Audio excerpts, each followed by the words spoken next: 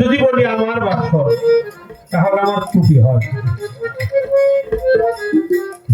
কারণ বাসরটা তো আমার না, বাসরটা আমার গুরু।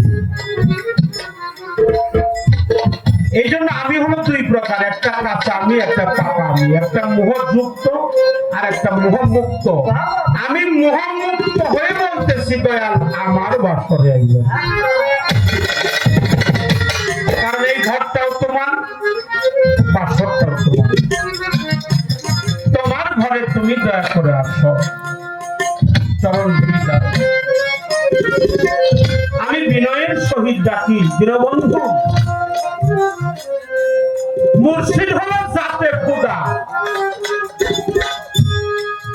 আনিসুল আরওয়া কিতাবের মধ্যে হযরত মুঈনুদ্দিন চিশতি রাহমাতুল্লাহ আলাইহি বলেছেন, জাতে খোদারা হলো যার যার পীর।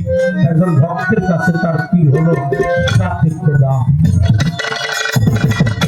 সেই জাতে খোদা যদি কৃপা করে তারই ঘরে আসে, তাহলে সেই ভক্তের মনে আর কোন দুঃখ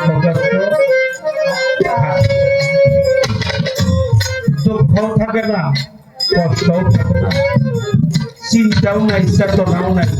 এই জন্য ক্ষমা চাই, ক্ষমা চাই।